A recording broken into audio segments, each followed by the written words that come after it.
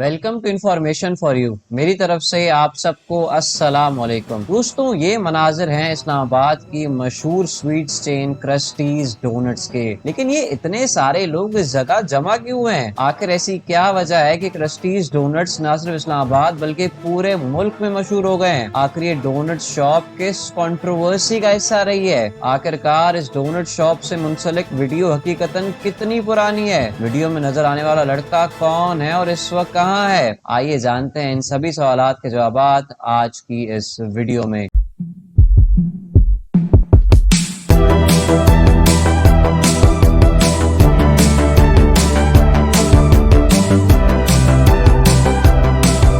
दोस्तों, आपको ये जानकर हैरानी होगी कि क्रस्टीज डोनट सबसे कुछ दिन पहले तक एक नॉर्मली फंक्शनल डोनट चेन थी, लेकिन 25 सितंबर 2024 पाकिस्तान की आला अदालत की चीफ जस्टिस मोहतरम काजी फाइज ईसा अपनी अहलिया और साहबजादी समेत इस्लामाबाद में क्रस्टीज डोनट्स की ब्लू एरिया ब्रांच से कुछ डोनट्स की खरीदारी करने जाते हैं। लेकिन इस बेकरी में मौजूद सेल्समैन काजी फाइज ईसा साहब को देखकर अपने जज्बात छुपा नहीं पाता। ये छुपकर अपने मोबाइल का कैमरा खोलता है और चीफ जस्टिस से ये कंफर्म करता है कि वो काजी फाइज ईसा हैं।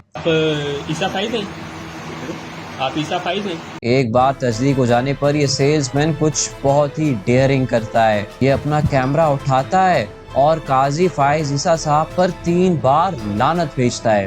लानत हो आप पे। हाँ? लानत हो आप पे। लानत है आपको। हाँ?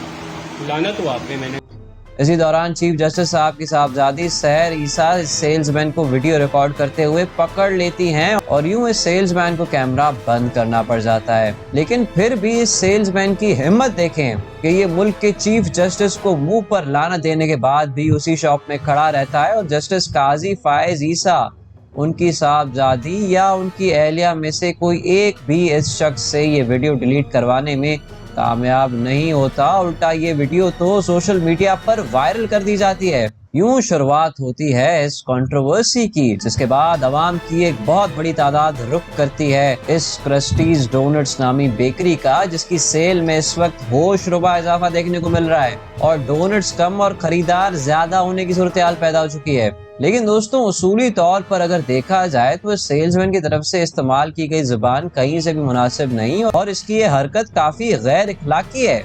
लेकिन फिर सवाल ये पैदा होता है कि बजाय इस बेकरी का बॉयकॉट करने के अवाम इस बेकरी की तरफ इतना रश क्यों कर रहे हैं?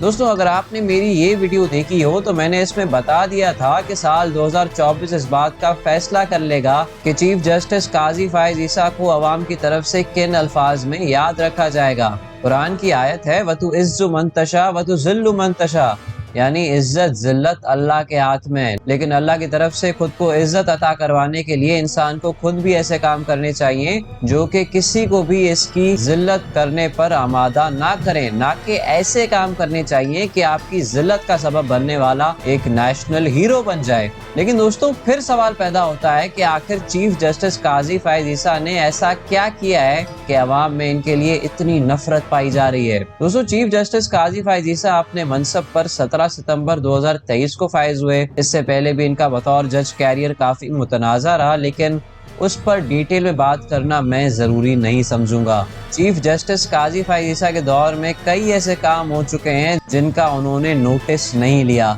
सबसे पहले तो मुल्क में जनरल इलेक्शंस कौमी असेंबली की डिसोल्यूशन के 90 दिन के अंदर नहीं हुए और इसकी आइन में गुंजाइश ना होने के बावजूद जस्टिस काजी फाइज ईसा ने इजाजत दी। पीटीआई के कई बुजुर्ग और खवातीन वर्कर्स बिलखुसूस परवेज इलाही, डॉक्टर यास्मीन राशिद, एजाज चौधरी, उमर सरफराज चीमा, बुशरा बीबी, सनम जावेद और खदीजा शाह को या तो इंसाफ फराहम ही नहीं किया गया या फिर इन्हें काफी देर से रिहाई नसीब हुई। लेकिन लॉ की जबान में कहते हैं कि justice delayed is actually justice denied.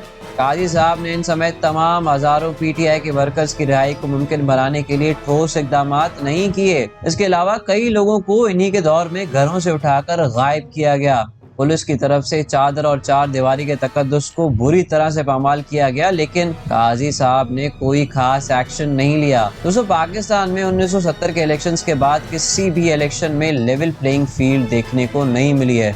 इसी रवायत को कायम दायम रखा काजी साहब ने भी, जिन्होंने इमरान खान की गैर मौजूदगी में पीटीआई के इंट्रा पार्टी इलेक्शंस को कलअदम करार देते हुए पीटीआई से बल्ले का निशान छीन लिया, जिसके बाद पीटीआई के कैंडिडेट्स को आजाद हैसियत में बैंगन और जूते जैसे निशानात दिए गए, लेकिन वो उस पे भी इलेक्शन जीते।